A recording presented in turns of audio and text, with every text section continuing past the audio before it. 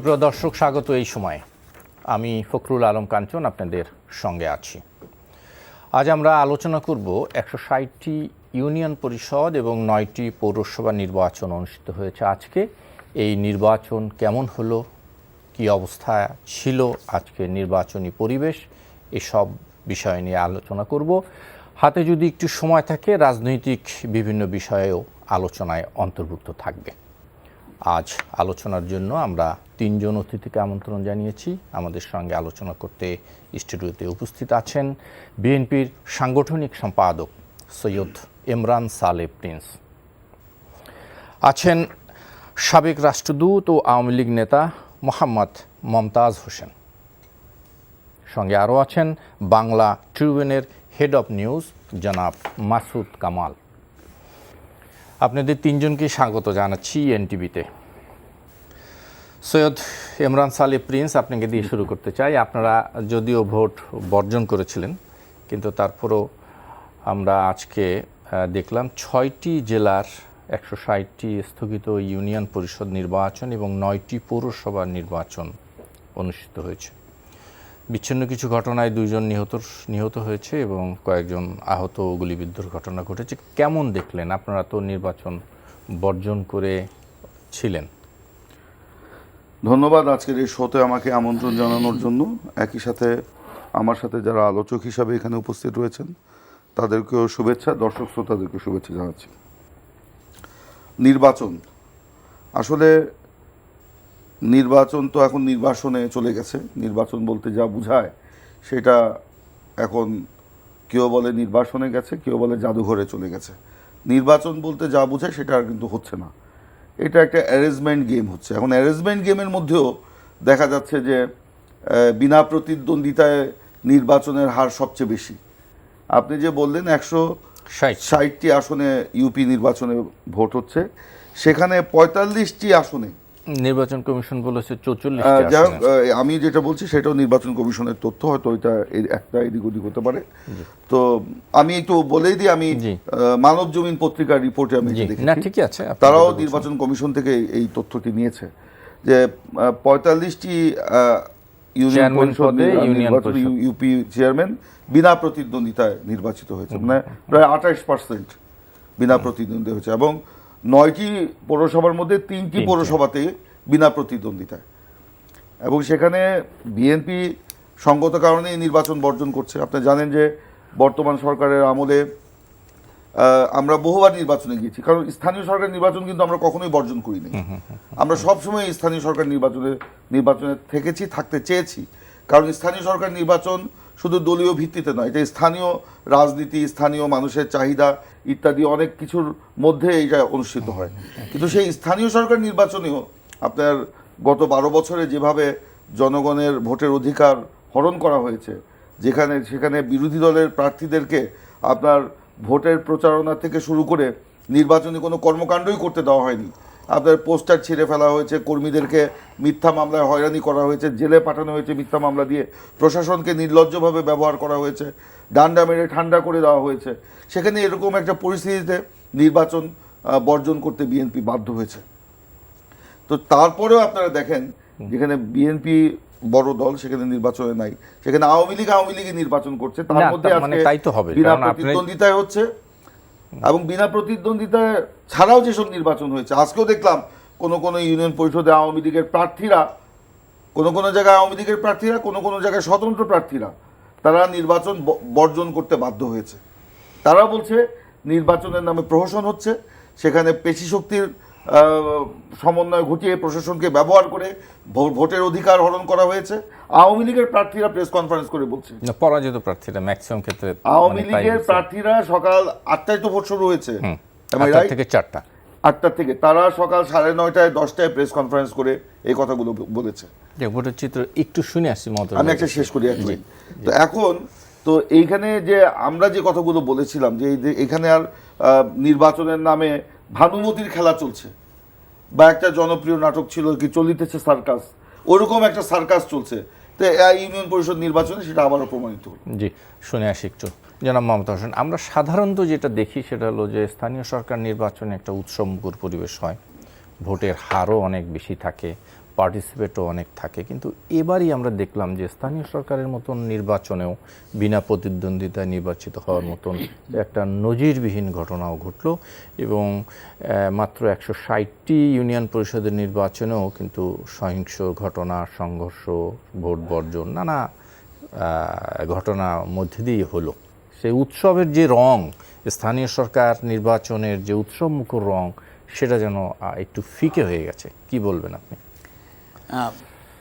স্থানীয় সরকার নির্বাচনটা এখন তো আগের নিয়মে হচ্ছে না। আপনি দলীয় মনোনয়নপত্র নিয়ে হচ্ছে এবং দলীয় প্রতীক নিয়ে সেখানে নির্বাচনটা হচ্ছে।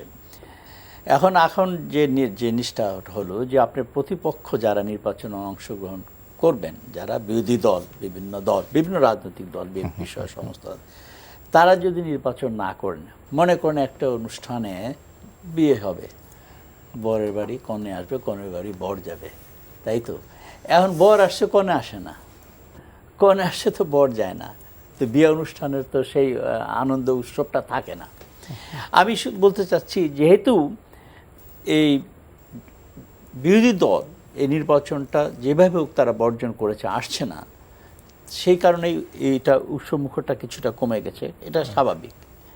কিন্তু এই বর্জন করাটা কি যদি আপনি শুধু আওয়ামী লীগের উপরে চাপিয়ে দেন দোষ, যে তারা নির্বাচন আপনার সুষ্ঠু, অবাধ, নিরপেক্ষ করছে না বলে আমরা যাচ্ছি না, সেটা তো ঠিক না।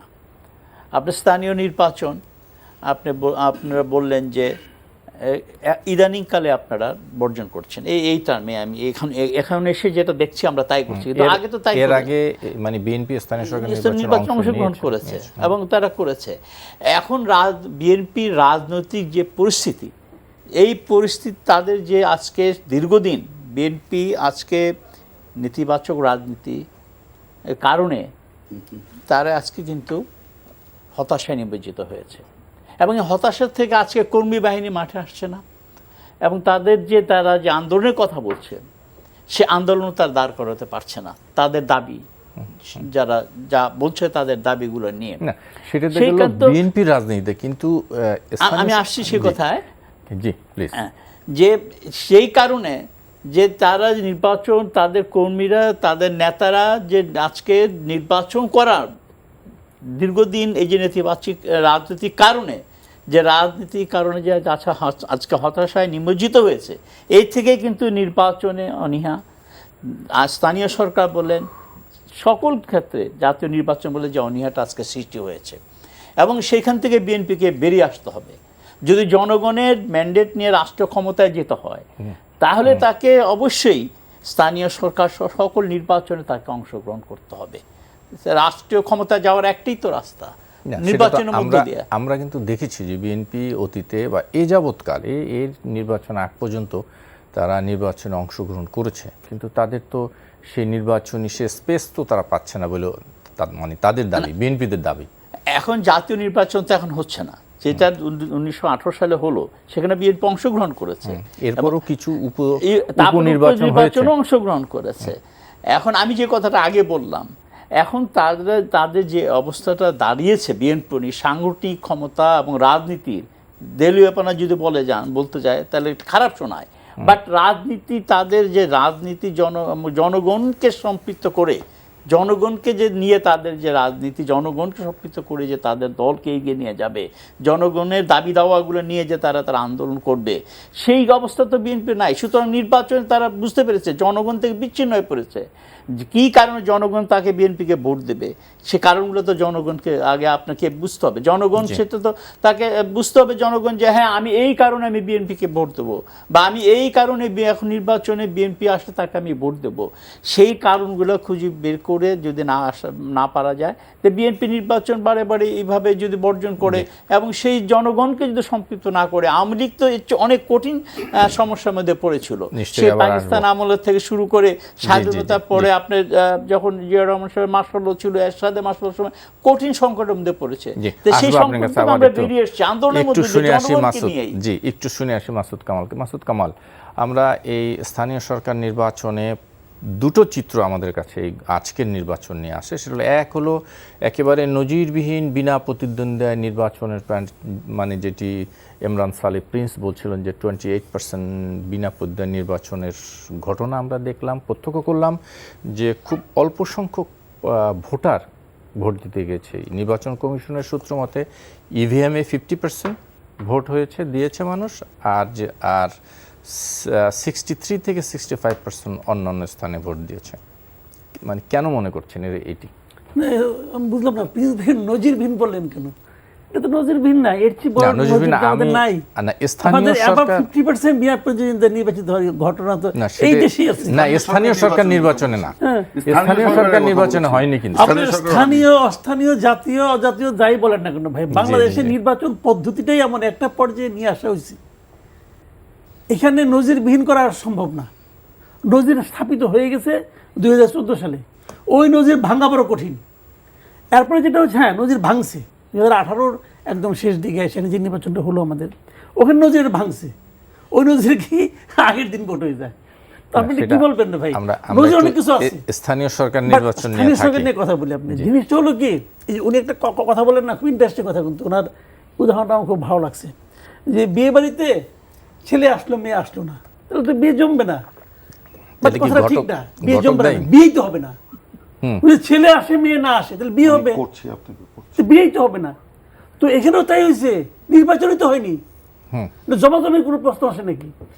দেখেন, এই সমস্ত প্রশ্নগুলি মানে আসলে এটা বহুল আলোচিত, এবং আলোচনা করতে করতে লজ্জাও লাগে এখন। মানে ওনারা তো লজ্জা পাবেন না, এখন ভোটার হিসেবে আমরাই লজ্জা পাই আর কি আসলে। না কিন্তু জি বলেন, আমি যেটা বলতে চাচ্ছিলাম সেটা হলো যে স্থানীয় সরকার নির্বাচনে এই অনাগ্রহ কেন তৈরি হলো?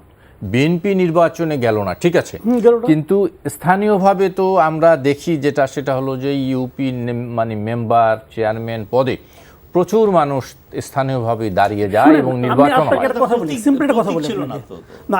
না, দলের তো আরো আছে, দল তো আরো আছে, বিএনপি একটি দল, জাতীয় পার্টি আছে আরো। জি, আমি বলছি আপনাকে, বিএনপি গেল না কেন?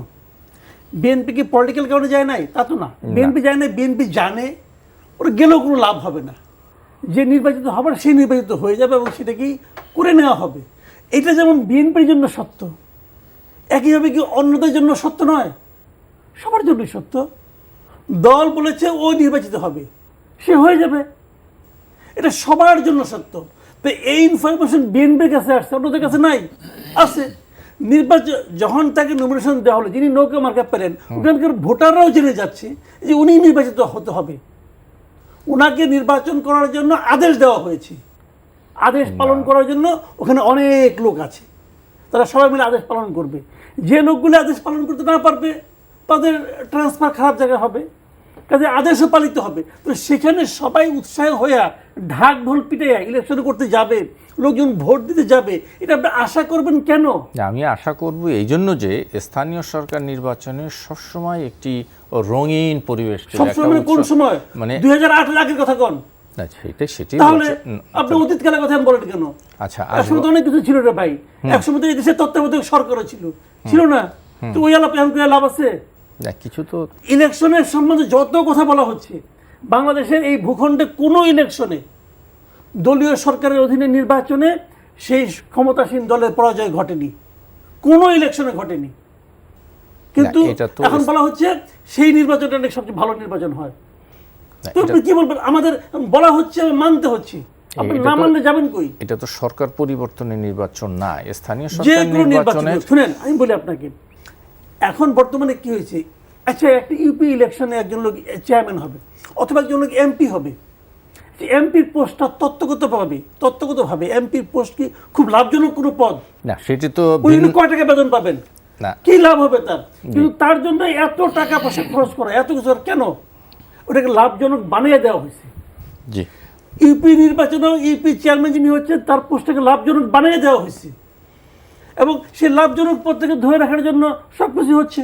সৈয়দ ইমরান সালে প্রিন্স, আরও একবার আপনার কাছ থেকে যাই, যেটি আপনি শুনলেন, বলছিলেন, মমতাজ ভাই বলছিলেন, আমরা শুনলাম, কিন্তু আমাদের বক্তব্য হলো যে দলীয়ভাবে এই নির্বাচনকে আপনারা যে বর্জন করলেন, এই বর্জনের মধ্যে দিয়ে কি কোনো অর্জন আছে কিনা আপনাদের? দেখুন, এখানে বর্জনের মধ্য দিয়ে কি অর্জন থাকবে? বর্জনের মধ্য দিয়ে আমরা যেটা বলতে চেয়েছি যে এই সরকারের অধীনে যে কোনো নির্বাচন অবাধ, নিরপেক্ষ, সুষ্ঠুভাবে যে হয় নাই, সেটা প্রমাণিত সত্য। সেই প্রমাণিত সত্যের কারণেই আমরা এই নির্বাচনে অংশগ্রহণ করছি না।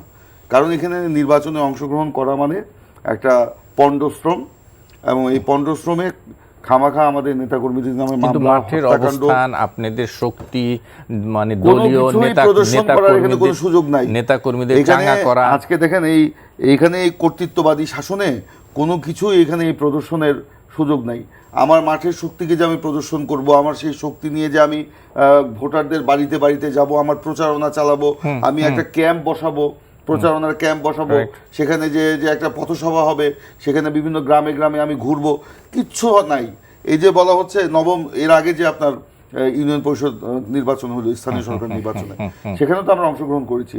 আমার যে ব্যক্তিগত অভিজ্ঞতা, আমি বিভিন্ন আমার ডিভিশনের বিভিন্ন নির্বাচনী এলাকায় গিয়েছি, আমার সামনে আমার ক্যাম্প ভেঙে দেওয়া হয়েছে, আমাদের নেতারা নামতে পারেনি, পোস্টার ছিঁড়ে ফেলা হয়েছে, ব্যালট পেপার মানে আগেই নিয়ে যাওয়া হয়েছে, সেখানে সিল মেরে ব্যালট বাক্সে ঢুকিয়ে দেওয়া হয়েছে প্রশাসনের সামনে। কিন্তু আপনারা অভিযোগ করেন নাই?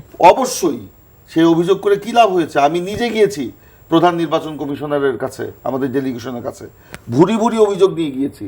একটা অভিযোগের যদি আপনার কোনো সুরাহা করতো, একটা অভিযোগের যদি কোনো বিচার করতো, ওনারা মাথা নিচু করে সব শুনেন, শোনার পরে শেষ হয়ে গেলে এক কাপ চা দেন, চা খাইয়ে বিদায়, আমরা বাইরে এসে একটা প্রেস কনফারেন্স করে চলে আসি। এইসব করে তো লাভ নাই, এটা তো করেছি আমরা। আজকে তো বাংলাদেশের পরিস্থিতিটা এতটাই খারাপ, আজকে আমি যে বললাম যে এখানে মানে এক ব্যক্তির শাসন কায়েম করা হয়েছে, যে ব্যক্তির শাসন কায়েম করা হয়েছে তিনি নমিনেশন দিচ্ছেন আওয়ামী লীগের, তার স্বাক্ষরে আপনার নমিনেশন দেওয়া হচ্ছে, একদম ইউনিয়ন পরিষদের চেয়ারম্যান থেকে শুরু করে উপজেলা চেয়ারম্যান এবং এমপি ইলেকশনের। যখন এই পত্রটা, মনোনয়ন পত্রটা যখন জমা দিতে যাচ্ছে তাদের প্রার্থীরা, সেখানে সরকারি কর্মকর্তারা দেখে বলছে যে প্রধানমন্ত্রীর স্বাক্ষর সেখানে। আমি যেটা বলছি সত্য কথা বলছি, যে তার মানে ওনার ক্যান্ডিডেট এই ব্যক্তি, নৌকা প্রতীকে যেই হবেন দলীয় সভানেত্রী ক্যান্ডিডেট হবেন, সিগনেচার করছে। শুনেন, সেখানে তো আমাদের প্রার্থীর মনোনয়ন পত্র তো আমরা আইন অনুযায়ী, আইন আছে, আপনি দলের সভাপতিও করতে পারেন, সাধারণ সম্পাদক করতে পারেন, অথবা ওনাদের মনোনীত কেউ করতে পারেন। তা আমরা তো আমাদের সভাপতি করছেন না, আমাদের সেক্রেটারি জেনারেল করছেন, কোনো সময় সেক্রেটারি জেনারেলও করেন না, ওনাদের প্রতিনিধি করেন দলের সিদ্ধান্ত অনুযায়ী।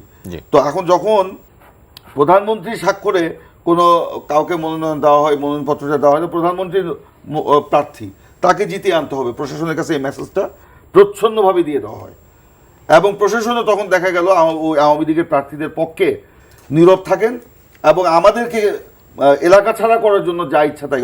বাস্তব সত্য কথাটা আপনাকে বললাম। আচ্ছা, এই ঠিক আছে, আরেকটা কথা যেটা কোনো ব্যাপার নাই, যে কথাটা আওয়ামী লীগ নেতৃবৃন্দ বলছে যে আপনারা অনেক আগে থেকে মাঠে নাই, মানে এলাকায় নাই বা মাঠে নাই, এই না থাকার কারণেই আমরা নির্বাচনের থেকে অনীহা তৈরি হয়েছে। জনগণের সাথে আছি, জনগণের সাথে থেকেই তাদের সেবায় কাজ করছি, তাদের দাবি উচ্চারণ করছি। আওয়ামী লীগ আমাদেরকে মাঠে থাকতে দিচ্ছে না। আমি তো আগেই বলেছি, ডান্ডা মেরে ঠান্ডা করে দেওয়া হচ্ছে, 35 লক্ষ নেতাকর্মীর নামে মিথ্যা মামলা দেওয়া হয়েছে, 500 নেতাকর্মীকে গুম করা হয়েছে, কয়েক হাজার নেতাকর্মীকে হত্যা করা হয়েছে। এরপরেও যে আমরা মাঠে ঐক্যবদ্ধভাবে আছি, আমাদের দলের চেয়ারপারসনকে মিথ্যা মামলায় ফরমাইশের রায়ে 25 মাস জেলে আটক রাখা হয়েছে, এখন মুক্তি দিলেও কার্যত তাকে গৃহবন্দী রাখা হয়েছে। এরপরেও যে আমরা মাঠে আছি, সেটা অনেক বড়। আজকে এই যে 18 সালে যে নির্বাচনটা হয়ে গেল, এক এক সময় এক এক কৌশলে নির্বাচন হচ্ছে, দিনের ভোট রাতে করা হয়েছে প্রশাসনকে ব্যবহার করে, তারপরে আপনি বলবেন এই সরকারের অধীনে নির্বাচন সুষ্ঠু হবে? সুষ্ঠু হচ্ছে। সেই কারণেই আমরা দাবি তুলেছি যে এই আগামী জাতীয় নির্বাচন অবশ্যই নির্দলীয় নিরপেক্ষ তত্ত্বাবধায়ক সরকারের অধীনে হতে হবে। এবং সেই জন্যই আমরা সমস্ত, সেটা শুধু বিএনপির বক্তব্য না, বাংলাদেশের একমাত্র আওয়ামী লীগ ছাড়া দলীয় জোটের যারা শরিক দল আছে তাদেরও 2-4টে শরিক দল কিন্তু এই দাবি আজকে তুলছে, সকল রাজনৈতিক দল এই কথা বলছে। জি, আলোচনা করবো নিশ্চয়ই। জি, মমতাজ হোসেন। প্রথমত যেটা স্থানীয় সরকার নির্বাচনে যেটা উনি বললেন যে বঙ্গবন্ধু কন্যা জননেত্রী শেখ হাসিনা স্বাক্ষরে, মাননীয় প্রধানমন্ত্রীর স্বাক্ষরে যায়। তো এটা তো আওয়ামী লীগের গঠনতন্ত্র। আওয়ামী লীগের গঠনতন্ত্র আছে যে আওয়ামী লীগের সভানেত্রী এটা করেন। উনি যেটা বললেন যে অন্য কেউ করতে পারেন, সাধারণ সম্পাদক, চেয়ারপারসন বা অন্য করতে। আমাদের ট্র্যাডিশন অনুযায়ী আওয়ামী লীগ সবসময় আমাদের নেত্রী জননেত্রী শেখ হাসিনা করে থাকেন। ওনাদের উনি বলেছেন ওনাদের সাধারণ সম্পাদক, চেয়ারম্যান, ওনাদের চেয়ারম্যান কোথায় কোথায় কে সেটা কীভাবে দেবেন সেটা আমার জানা নাই। এখন প্রশ্ন হলো যে নির্বাচনকে, এই যে আজকে যে প্রশ্নবিদ্ধ নির্বাচন, এই প্রশ্নবিদ্ধ নির্বাচন কি আজকে নতুন? আমরা কি দেখি নাই যে আপনি ৭৫ পরে, আপনার ৭৭-এ যে হানা ভোট আমরা কি দেখি নাই? আমি সেদিকে ৭৮-এ কি আমরা দেখি নাই? ভোটারের চেয়ে বেশি ভোট বাক্স ভরে রাখার কি দেখি নাই? এরশাদের সময় কি আমরা দেখি নাই? যে 10টা গুন্ডা 5টা মোটরসাইকেল হইলে এমপি হয়ে যায়, আমরা কি সেটা দেখি নাই? তা আমরা তো সেখান থেকে বেরিয়ে এসে আমরা একটি গণতান্ত্রিক ব্যবস্থা দিকে আমরা ধাপে ধাপে এগিয়ে যাচ্ছিলাম। সেই ধারাটা ব্যাহত কেন হলো? আজকে নির্বাচনের যে নির্বাচনে মানে কারা ব্যাহত করলো? ব্যাহত যারা আজকে আপনি ব্যাহত হলো কেন ব্যাহত হলো? আপনি দেখা গেছে যে আপনি দেখেন ব্যাহত হলো নির্বাচনে, যে আমি যেটা বলেছি নির্বাচনের বিরুদ্ধে, নির্বাচন যে অনীহা, নির্বাচন করার যে নেতিবাচক রাজনীতির কারণেই তো আজকে এই সেটা তো আমরা ধরে নিলাম যে বিএনপি নির্বাচন বর্জন করেছে, কিন্তু বিএনপি ছাড়াও দেশে আরো অনেক দল ছিল, অনেক পক্ষ ছিল, কিন্তু তাদের কোনো একজন প্রার্থীও আমরা দেখলাম না। অনেক জায়গায় আমার কাছে যে খবর আছে যে বাগেরহাটে ইউপির প্রায় মানে টোটাল ডিস্ট্রিক্টে দেখা যাচ্ছে যে মাত্র 38 না 39টা জায়গায় ভোট হয়েছে, 39টি ইউনিয়ন পরিষদের নির্বাচনে, বাদ বাকিটায় ইয়াতে হয়েছে। এই যে টোটাল নির্বাচনী ব্যবস্থার প্রতি যে এই যে সাধারণভাবে একটা অনাগ্রহ তৈরি হয়েছে। বলবো না শতকরা 100% ভোট এই দেশে সুষ্ঠু, অবাধ, নিরপেক্ষ হয়েছে। সুস্থ হওয়ার কথা বলছি না, আমার কথা হলো যে একটা বিনা প্রতিদ্বন্দ্বিতা নির্বাচিত হওয়ার যে একটা সংস্কৃতি, বিনা প্রতিদ্বন্দ্বিতা নির্বাচিত হওয়ার ওই একটাই কারণ, যেহেতু আপনার দলীয় মনোনয়ন দেওয়া হয়েছে। এখানে দলীয় মনোনয়ন অন্য দল যেগুলো আছে, আজকে বিএনপি সমমনা যাদের যে দলগুলো আছে, এতগুলো দল, সেই দলগুলো সবগুলো মিলে নির্বাচন বর্জন করেছে, নির্বাচন করবে না। তার সাথে সাথে এটাকে আমি শেষ করি, আমি ইন্টারফেয়ার করি না, আপনাকে প্রশ্নটা করি, বিনয়ের সাথে বলি, 14 দলের যে শরিক দলরা আছে তারা কেন নির্বাচনে অংশগ্রহণ করলো না? তাদের প্রার্থী সেখানে নেই, হয়তোবা 14 দলের প্রার্থী হয়তোবা সব ক্ষেত্রে নাই, একদম সব ক্ষেত্রে তার নির্বাচন বর্জন না, নির্বাচন বর্জন করেছে কথা বলেছে না, আমার জানা মতে জানা নাই যে ওরা কোনো সময় বলেছে আমরা নির্বাচন বর্জন করে নাই। আমারও এই প্রশ্ন যে বর্জন তো বিএনপি ঢাকঢোল পিটিয়ে আনুষ্ঠানিকভাবে বর্জন করলো, কিন্তু বাকি যে আমাদের দেশে অন্যান্য তারা বর্জন করে নাই, তাদের প্রার্থী দিল না কেন? প্রার্থী তো আপনি জাতীয় সংসদেও 300 আসন প্রার্থী দিতে পারে না। আমি আমার কথাটা বলি, অনেক 300 আসনও আমাদের জোটে অনেক দল আছেন যারা প্রার্থী দেওয়ার মতো তাদের সেই ক্ষমতা নাই। সেটা হইতে পারে, সেটা তো একটা বড় কারণ, কারণ তাদের সেই সব রাজনৈতিক দলের একদম মাঠ পর্যায়ে, রুট লেভেলে আমরা যেটা বলি, গ্রাম পর্যায়ে তাদের সংগঠন নাই, সেই কারণে হয়তো তারা দিতে পারে নাই। সেটা হলো। তারপরে উনি বলেছেন যে আওয়ামী লীগের বিএনপির সভানেত্রীকে অন্যায়ভাবে মানে বিনা বিচারে ওনাকে আটক রেখেছে।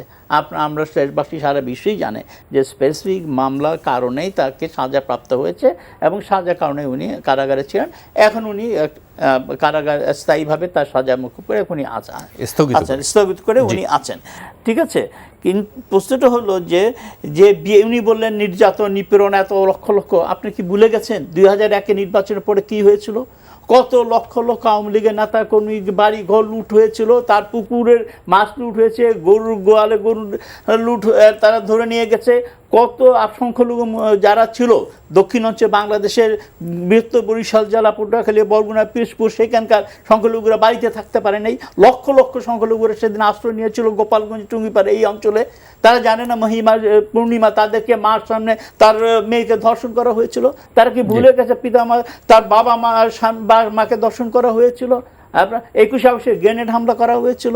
তারা কি ভুলে গেছে একটা অস্ত্র এনে এই দেশে একটা সন্ত্রাসী রাষ্ট্রে, অকর্য রাষ্ট্রে পরিণত করতে গিয়েছিল? আমি বলবো যে এইগুলোর থেকে আমাদেরকে বেরিয়ে আসতে হবে। এইগুলো আমাদের জাতীয় অগ্রগতি, আজকে যে অগ্রগতি, রাষ্ট্রের যে অগ্রগতি, আমরা নিম্ন আয়ের দেশ থেকে মধ্য আয়ের দেশে আমরা পড়েছি, সেখান থেকে আমি আশা করি আমরা যদি রাষ্ট্রভাবে ঐক্যবদ্ধ হতে না পারি, আগামী নির্বাচনকে যদি সুষ্ঠু এবং অবাধ করতে চাই, আমরা আলোচনার মধ্য দিয়ে একটা অবাধ সুষ্ঠু নির্বাচন নির্বাচন কমিশনকে শক্তিশালী করা যায়, সেই দিকে আমরা এগোতে হবে, আমাদের সেদিকে এগোতে হবে। সেটা আশা কিভাবে করব, একটু যাই যেন মাসুদ কামাল। জি, নির্বাচনে এই ইউপি নির্বাচনের আলোচনাটা আপনাকে দিয়ে শেষ করব। আসলে বিষয়টা হয়েছে কি, মানে আমাদের এখানে আলোচনার যেটা সমস্যা, যেটা যখন আওয়ামী লীগ যখন কথা বলবেন তখন বিএনপির কয়েকটা নির্দিষ্ট ডেট ধরে নেবেন, ডেট, তারিখ, 21শে আগস্ট, অমুক তমুক সব ওইগুলি। আচ্ছা, ওইগুলি কি বিএনপি নিজেরাও বলছে যে আমরা ওইগুলো খুব ভালো হয়েছে আমাদের সময়ের কাজগুলো? তো ওই উদাহরণগুলো দিচ্ছে। আবার ওনারা যখন বলবেন তখন ওনারাও ওই উদাহরণগুলো দেবেন। কিন্তু সমস্যাটা হলো কি, আবার উভয়ে কিন্তু ঐক্যবদ্ধ হওয়ার কথা বলবেন জাতিকে। তো দুইজনের কথা শুনে কিন্তু জাতি কিন্তু ঐক্যবদ্ধ না। জাতীয় কিন্তু এর দুই দলই এমনভাবে কথা বলছেন যে জাতিকে কিভাবে আরও মানে আপনার বিভেদের মধ্যে ফেলে দেওয়া যায় সেই চিন্তা, কথাবার্তা একদম সে 71 থেকে শুরু করবে এই পর্যন্ত। সেটা ঠিক আছে, কিন্তু আপনার কথা আপনি একটু জাতিকে কত বেশি পরস্পরের শত্রু বানিয়ে দেওয়া যায় এই চেষ্টা কিন্তু চলছে। এটা ঠিক না। যেমন ধরুন আমি একটা এক্সাম্পল দিয়ে বলি, এই যে প্রিন্স ভাই যে কথাটা বললেন যে ওনাদেরকে মাঠে নামতে দেয় না, অমুক দেয় না, তমুক দেয় না, ওকে দেয় না, তাও দিতে পারে। জনগণ নির্বাচনে বিতশ্রদ্ধ, তাও হতে পারে। এখন সামনে কি, মানুষ কি ভাবে, মানুষ কি চায়, মানুষ কার দিকে তাকিয়ে আছে? আমি পরিষ্কার কথা বলি, আমার উপলব্ধি আর কি, আমাদের দেশে দেখেন যখন স্বাধীনতাটা আমরা অর্জন করি, স্বাধীনতার মূল লক্ষ্যের মধ্যে কিন্তু ছিল একটা গণতন্ত্র। গণতন্ত্রের মূল ভিত্তিটা কি? নির্বাচন। সেই আলোচনায় আবার একটু আমি ওই আলোচনা যাচ্ছি না, আমি নির্বাচনের আলোচনা আসতেছি। গণতন্ত্রের মূল ভিত্তিটা কি ছিল? নির্বাচন। সেই নির্বাচনী ব্যবস্থাটা যে আওয়ামী লীগের হাত ধরে স্বাধীনতাটা পেয়েছি, সেই আওয়ামী লীগের হাতে ধ্বংসপ্রাপ্ত হয়ে গেছে অলরেডি। এটা আমাদের জীবদ্দশা আমাদেরকে দেখতে হলো। এটা হলো রূঢ় বাস্তবতা। আবার বিপরীত দিকে আমরা জনগণ কার দিকে তাকিয়েছি? এখন আমরা কিন্তু বিরোধী রাজনৈতিক দলের দিকে তাকিয়ে থাকি। ভাই, আপনারা কি কর্মসূচি নিচ্ছেন? আপনি দেখেন আমাদের হতাশা জায়গাটা কোথায়। আমরা কিন্তু বিএনপির কাছ থেকে কোনো রাজনৈতিক কর্মসূচি পাই না। ওনারা কিন্তু বলতে পারেন ওনারা কি করবেন। যেমন আপনি একটু আগে বললেন আপনারা ইলেকশন করতেছেন না, আপনারা জাতীয় নির্বাচনে যাচ্ছেন না, স্থানীয় নির্বাচনে যাচ্ছেন না, তাহলে আগামী নির্দিষ্ট সময় পরে একটা নির্বাচন আসবে। সেই নির্বাচনের সময় আপনি কি করবেন? সেটা নিয়ে তারা মিটিং আপনি যাবেন না, অথবা যাবেন, গেলে যাবেন কিভাবে যাবেন, না গেলে না যেয়ে কি করবেন? যাবো না, এটা কিন্তু কোনো ব্যাপার না। আপনি তো কিছুটা করবেন, যে এমন কিছু করবেন যা দেখে জাতি আশায় বুক বাঁধবে যে হ্যাঁ, ওনাদের এই কর্মসূচি যদি সফল হয় তাহলে আমাদের দিক থেকে আমরা গণতন্ত্রটা ফেরত পেতে পারি। আমার মনে হয় সেরকম আপনারা কি করছেন? হ্যাঁ, প্রিন্স ভাই এখানে আছেন, আমি সরাসরি জিজ্ঞাসা করি সেই কাজটা কি? শুনেন, আপনারা কত দুঃখে আছেন, আপনাদের কত মারতেছে, আপনাদের কত দৌড়াইতেছে, এই কাহিনী ভাই আমার শুনে কোনো লাভ নাই। এই কাহিনী তো আমি জানি, আমি তো দেশেই আছি। আপনি কি করবেন সেটা বলেন। আমি মনে হয় এই প্রশ্নের উত্তর একটু বিরতি নিয়ে আমার মনে হয় প্রিন্স ভাইয়ের কাছ থেকে ভালো, বিরতি নিয়ে করা ভালো, কারণ প্রিন্স ভাই এর মধ্যে চিন্তা করার সময় পাবেন না। সেটা ছাড়া আমরা একটা সমাধান চাই রে ভাই, একটা সমাধান দেন আমাদের কাছে। আমরা জানতে চাই যে আপনি কি করতে চান, কি এমন করবেন যার দিকে তাকাইয়া জাতি আশায় বুক বাঁধবে যে না একটা কিছু আসতেছে। সৈয়দ ইমরান সালেহ প্রিন্স, আপনি অবশ্যই মাসুদ কামাল ভাইয়ের প্রশ্নের উত্তর দিবেন। তার আগে আমি আপনার কাছ থেকে এর সাথে একটু অ্যাড করে দিতে যাই যে আমরা দেখলাম গত কয়েকদিন বিএনপি দলীয় কর্মপন্থা নির্ধারণের জন্য দীর্ঘ মিটিং করেছে এবং সামনে আরও কিছু ধারাবাহিক বৈঠক আছে। যতদূর জানি আপনি সহ অন্যান্য নেতৃবৃন্দ প্রেসের সাথে, সংবাদপত্রের সাথে যে কথা বলেছেন তাতে বলা হয়েছে যে আগামী নির্বাচনকে সামনে রেখে দলীয় কর্মকৌশল ঠিক করার জন্য আপনি এই ধারাবাহিক বৈঠকগুলো করছেন। সেই সম্পর্কে শুনবো আপনার কাছ থেকে। ধন্যবাদ। তো মাসুদ কামাল ভাইয়ের বক্তব্য আসলে আমি মনে করি যে জনগণের কথার প্রতিধ্বনিত হয়েছে তার বক্তব্যের মধ্য দিয়ে। ঠিকই বিরোধী দল হিসাবে বিএনপির কী করণীয় সেটা জনগণ জানতে চায়। আপনারা জানেন যে 2018 সালের 30শে ডিসেম্বর নির্বাচন যেটা প্রহসনে পরিণত হয়েছিল এবং যেটা দিনের ভোট রাতে করে বাংলাদেশে একটা মানে গণতন্ত্রের ইতিহাসে একটি কালিমা লেপন হয়েছিল। তারপরে প্রায় 1 বছর যেতে না যেতেই করোনা চলে আসলো। করোনার মধ্যে প্রায় 1.5 বছর রাজনৈতিক কর্মকাণ্ড আমাদেরকে কোনো সময় বন্ধ রাখতে হয়েছে, কোনো সময় সীমিত আকারে চালু করতে হয়েছে। সবার ক্ষেত্রেই হয়েছে। মানবিক উদ্যোগ নিয়ে জনগণের পাশে থাকার চেষ্টা করেছিলাম আমরা। তো যখন এখন করোনার যখন একটু প্রকোপ কমে আসছে, তখন স্বাভাবিকভাবেই আমাদের কর্মপন্থা নির্ধারণ নিয়ে আমাদের দলের ভারপ্রাপ্ত চেয়ারম্যান জনাব তারেক রহমান, দলের স্থায়ী কমিটি, তারা স্থায়ী কমিটির মিটিংয়ে আলোচনা করে সিদ্ধান্ত নিয়ে দলের বিভিন্ন স্তরের নেতৃবৃন্দের মতামত তারা শোনার যে কর্মসূচি সেটা চালু করেছেন। ইতিমধ্যেই প্রথম দফায় 3 দিনের বৈঠক শেষ হয়েছে। আগামীকাল থেকে আবার দ্বিতীয় দফায় 3 দিনের বৈঠক। এবং আমরা যতটুকু আপনাদের সংক্ষিপ্ত যতটুকু আমরা দেখেছি যে আপনারা বলছেন যে নির্দলীয় সরকার ছাড়া আমি আসছি এখানে আমাদের অধীনে কোনো নির্বাচন আপনারা যাবেন না। নেতৃবৃন্দ, মাঠ পর্যায়ের নেতৃবৃন্দ, কেন্দ্রীয় নেতৃবৃন্দ, তারা দেশের বর্তমান যে পরিস্থিতি সেটা বিশ্লেষণ করে তারা একটা মতামত দিচ্ছেন নির্বাচন নিয়ে। এখন নির্বাচন আছে, দেখেন নির্বাচন নিয়ে তো আলাপ হলো, আমরা কার অধীনে নির্বাচনে যাব? কিসের নির্বাচন করব? কেন নির্বাচন করব? যে নির্বাচন আপনার দিনের ভোট রাতে হয়, যে নির্বাচনের ফলাফল আগে থেকে নির্ধারণ হয়, যে নির্বাচনে মানুষ, রাজনৈতিক দল, জনগণ, ভোটার প্রতারিত হয়, সেই নির্বাচন করে কোনো লাভ আছে? আমরা এই দুঃশাসনের অবসান চাই। এই দুঃশাসনের অবসান ঘটাতে হলে আমরা একটি কর্মসূচি প্রণয়ন করে আমরা জাতির সামনে সেটা উপস্থাপন করব, এবং একই সাথে আমরা সেটা অন্যান্য রাজনৈতিক দলের সাথে আমরা সংলাপ করব।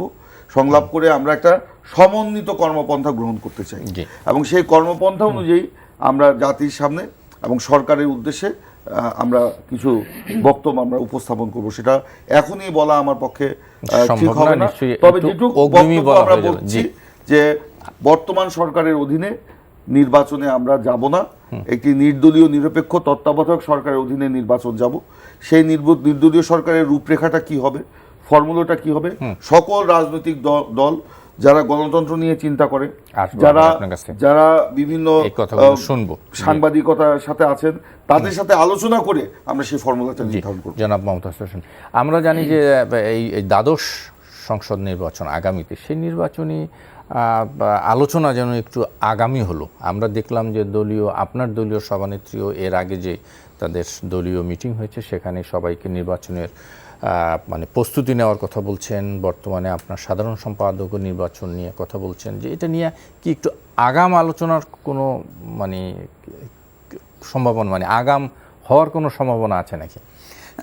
প্রথমত যে আগাম হওয়ার কোনো সম্ভাবনা নাই। সংবিধান অনুযায়ী আগামী নির্বাচন যে 5 বছর পরে সেই সংবিধান অনুযায়ী নির্বাচন অনুষ্ঠিত হবে। যে কথা প্রশ্নটা মাসুদ কামাল সাহেব প্রশ্নটা করেছিলেন যে বিএনপির কাছে, যে আপনারা আগামীতে কি কর্মসূচি নিয়ে আপনারা এগোচ্ছেন, যে আগামী নির্বাচনটা আপনাদের কর্মসূচি, যাক সেই কর্মসূচি আমরা কিন্তু পেলাম না। এখন কর্মসূচির কথা তো বলেছে যে কেয়ারটেকার সরকারের অধীনে তারা নির্বাচন করবে, এবং এই দাবিটা নিয়ে তারা আরো আলোচনা করে একটা মানে কর্মপন্থা নির্ধারণ করবেন। ওনারা বলছেন যে মানে কেয়ারটেকার মানে অধীনে ছাড়া নির্বাচন করবেন না। আওয়ামী লীগ থেকে পরিষ্কার বলা হয়েছে আগামী নির্বাচন সংবিধান অনুযায়ী হবে, কেয়ারটেকার অধীনে কোনো নির্বাচন হবেন না। সেখানে আওয়ামী লীগ তার কথায় এখনো তার কথা সে স্ট্রিক্ট আছে, এবং সে বলেছে যে আমি সংবিধান অনুযায়ী নির্বাচন করব। এবং আমরা জানি যে বিগত কয়েকটি নির্বাচন এই দেশের তত্ত্বাবধায়ক সরকারের আমলে হয়েছে, এটা সবাই আমরা জানি। এবং যারা পরাজিত হয়েছেন, বিশেষ করে যে বিএনপি যতবারই পরাজিত হয়েছেন বিএনপি ততবারই তার ওই কেয়ারটেকার বিরুদ্ধে অভিযোগ এনেছেন যে না, আওয়ামী লীগের সময় লতিফুর রহমান যে যখন কেয়ারটেকার গভর্নমেন্টের প্রধান করা হলো, উনি যেদিন হলেন সেদিন হয়ে কতগুলো সচিব সমস্ত আমি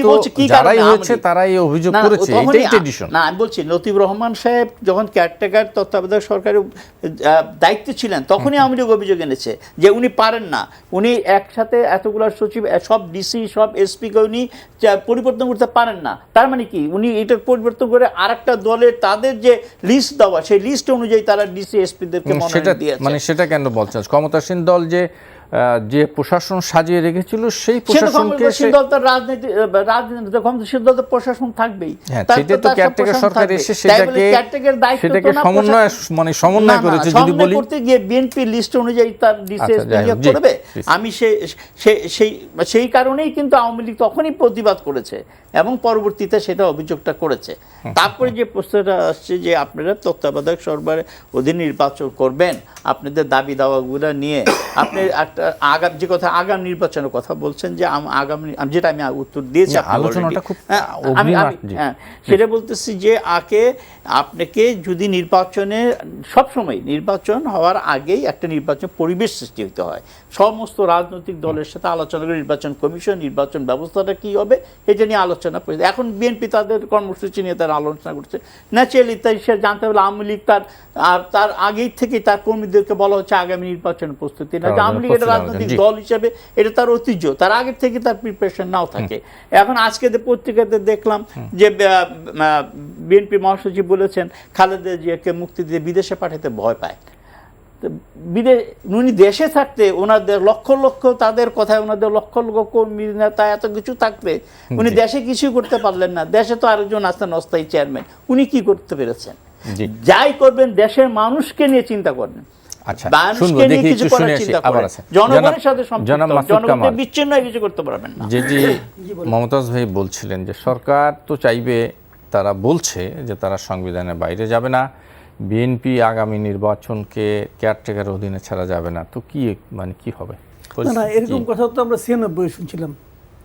96 তো বিএনপি বলছিল যে আমরা তত্ত্বাবধায়ক সরকার এটা আমরা যাবো না। 96 বিএনপি তত্ত্বাবধায়ক সরকার তো ওনাদের হাত দিয়ে পাস হয়েছে এই ফরম্যাটটা। কাজে সবাই কিন্তু একটা সময় একটা কিছু বলে, তারপর জনদাবি বলেন, টোটাল এনভায়রনমেন্ট চেঞ্জ হয়, সব কিছুর উপর নির্ভর করে তাদেরকে সিদ্ধান্ত নিতে হয়। এটা বিভিন্ন সময় দেখা গেছে। এরশাদ সাহেব প্রধানমন্ত্রী বলতেছে আমরা কোথায় পদত্যাগ করবো, আমরা কি 0 পয়েন্টে পদত্যাগ করাই দেবো বলছে। পরে পদত্যাগ কোথায় কীভাবে করতে হবে এটা কিন্তু বের করতে 24 ঘন্টা লাগে নাই, পদ্ধতি বেরিয়ে পড়ছে। কাজে সবাই একসময় বলে, যখন ক্ষমতায় থাকে চেয়ারে থাকে অনেক অনেক কিছু বলে, কিন্তু ওইটাই যে ঘটে তা কিন্তু ঘটে না সোসাইটিতে। কাজে মানুষের চিন্তাটা কি, মানুষের চিন্তা শুনেন ভাই, দেশটা তো মানুষের জন্য না, এবং দেশের মালিক তো মানুষ, এটাই বলা হয়ে থাকে। বাস্তবে প্রায়োগিক ক্ষেত্রে কি হয় না হয় সেটা অন্য হিসাব, কিন্তু একসময় তো মানুষ জাগে। মানুষ না জাগলে বাংলাদেশ কি করে হলো, কি করে হলো বাংলাদেশ? মানুষ না জাগলে আওয়ামী লীগ কীভাবে ক্ষমতা আসলো, মানুষ না জানলে বিএনপি কীভাবে ক্ষমতায় আসলো, তাই না? কিন্তু এইগুলো তো অনেক কিছুই ঘটে কিন্তু, এবং এই সব কিছু কিন্তু ক্ষমতায় বসে থেকে আপনি বিশ্লেষণ করতে পারবেন না, এটা বলা যায় না। কারণ কি, যখন কেউ ক্ষমতায় থাকেন ওনার আশেপাশে কিছু লোকজন থাকেন, ওনারা তাকে শোনান এইভাবে। এরশাদ সাহেব কিন্তু পতনের এক মুহূর্ত বুঝতে পারে নাই যে তাকে নেমে যেতে হবে, তার আর্মি আছে, সে সেনাবাহিনী, কত কিছু আছে, কিন্তু হয় এরকম দেশের কাজে ওইটার উপর খুব বেশি ভরসা করা ঠিক হবে না। জি, একটা শেষের দিকে আছি, শেষে তিনজনের কথা একটু ছোট্ট করে শুনবো। যে কথাটা বলছিল জনগণকে সম্পৃক্ত করা, কর্মসূচি নিয়ে মাঠে যাওয়া, যে অভিযোগটি বিএনপির উপর বিএনপির প্রতি প্রায় সকলেই করে, আওয়ামী লীগ তো খুব বেশি করে। দেখুন, এই যে একটা রাজনৈতিক পরিবেশের কথা কিন্তু আছে, গণতান্ত্রিক পরিবেশ, রাজনীতি করার পরিবেশ, সেটি কি বাংলাদেশে বিদ্যমান? আমরা একটা সভা সমাবেশ করতে পারি, একটা মিছিল করতে পারি, বিভিন্ন শর্তে বেড়া জালে দেওয়া হয়। আমাকে বলতে দেন, আপনার কি বলে সোহরাওয়ার্দী উদ্যানে সমাবেশ করার জন্য কয় জায়গা থেকে অনুমতি নিতে হয়? সোহরাওয়ার্দী উদ্যান বাদ দেন, ইঞ্জিনিয়ার্স ইনস্টিটিউট কিংবা প্রেস ক্লাবের সামনে মানববন্ধন, কয় জায়গায় অনুমতি দিতে হয়? যদিও বা অনুমতি মিলল, টাইম দিয়ে দেওয়া হয় 1 ঘন্টা 2 ঘন্টা। এই অনুমতির ধার এখন আমরা ধারবো না। আমরা জনগণকে সাথে নিয়ে, কারণ আমরা যে বক্তব্যগুলো দিচ্ছি এটা জনগণের বক্তব্য, জনগণের দাবি, এই দাবি নিয়ে আমরা জনগণের কাছে যাব, জনগণকে সম্পৃক্ত করে জনগণকে সাথে নিয়ে আমরা আন্দোলন করব। আওয়ামী লীগ বলছে যে কি সংবিধান অনুযায়ী তারা নির্বাচন করবে, আবার আওয়ামী লীগের তথ্যমন্ত্রী বলছেন যে আওয়ামী লীগের তত্ত্বাবধায়ক সরকারের দায়িত্ব পালন করবে। এটা এটা একটা হাস্যকর কথা, পাগলের প্রলাপ ছাড়া আর কিছু নয়।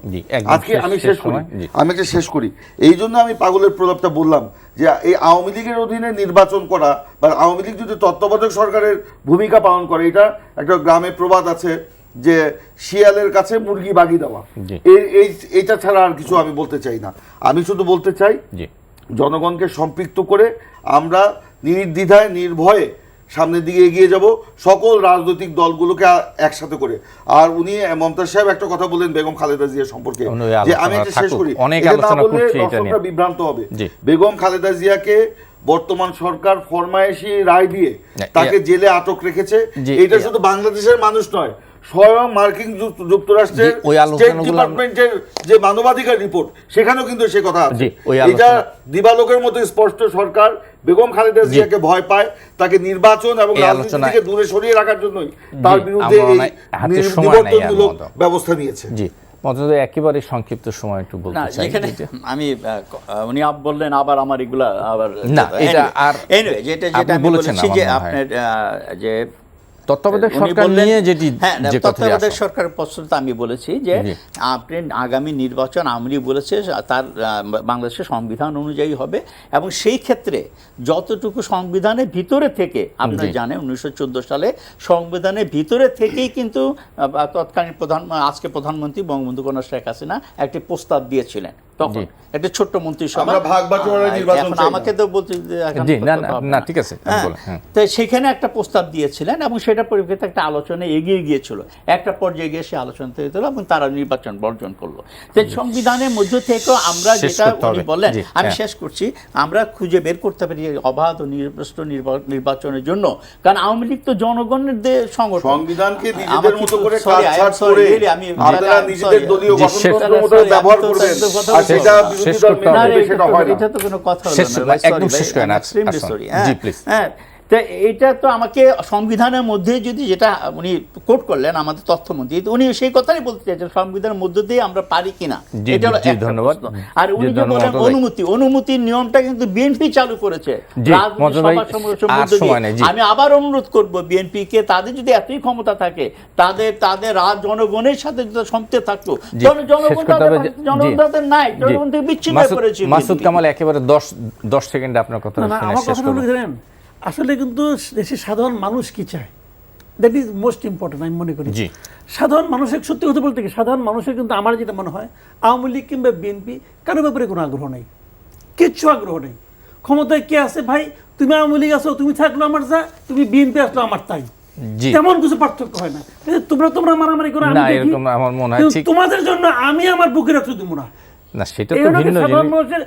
কমন যে অবজারভেশনটা আমি যেটা মনে করি, কিন্তু তত্ত্বাবধায়ক সরকার নিয়ে যে আলোচনাটা এসেছে, আপনাকে এমন কিছু বলতে হবে, এমন কিছু করে দেখাতে হবে যে জনগণ আপনার উপর আস্থাটা রাখতে পারে। নিশ্চয়ই আমার মনে হয় সেই বাস্তবতা এখনো তৈরি হয়েছে বলে আমার কাছে মনে হয়। অপেক্ষায় আমরা থাকলাম। আমার মনে হয় আজকে আলোচনাটা আরেকটু এগিয়ে নিতে পারলে ভালো হতো। তারপরও হাতে একদমই সময় নেই।